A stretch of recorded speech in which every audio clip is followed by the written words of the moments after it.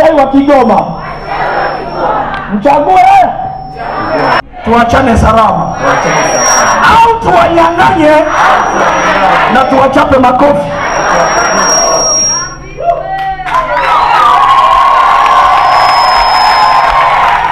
Halo, halo mbinguni. Unaona ndio mkamata huyu? Maana yake na mbwa halafu mkono mwingine.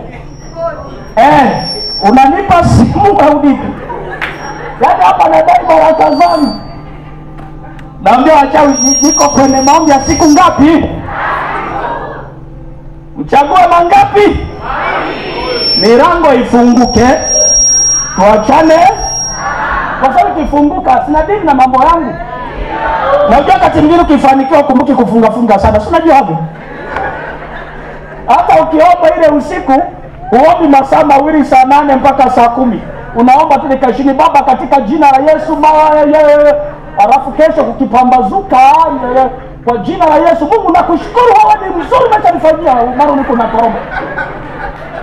Wakati wao na koroma yao yenyewe anafanyaje? Yanaruka anaenda kufanya mambo yao. Lakini sasa wakati anakuchelewesha naomba naenda kwa jina la Yesu mara jamani naomba tu hajapewa. Haleluya. Amen. Sasa tunawaambia hivi, haya maombi ya siku ngapi? Tumekuja tufanyeje? Waachie kwa hiari. Leta nikuoneshe. Hivi, arafu sema. Nenda. Abaki nini? Au ang'ang'anie imradi ameshapigwa nini? Roba. Sawa Sawa? Sikang'ang'ania.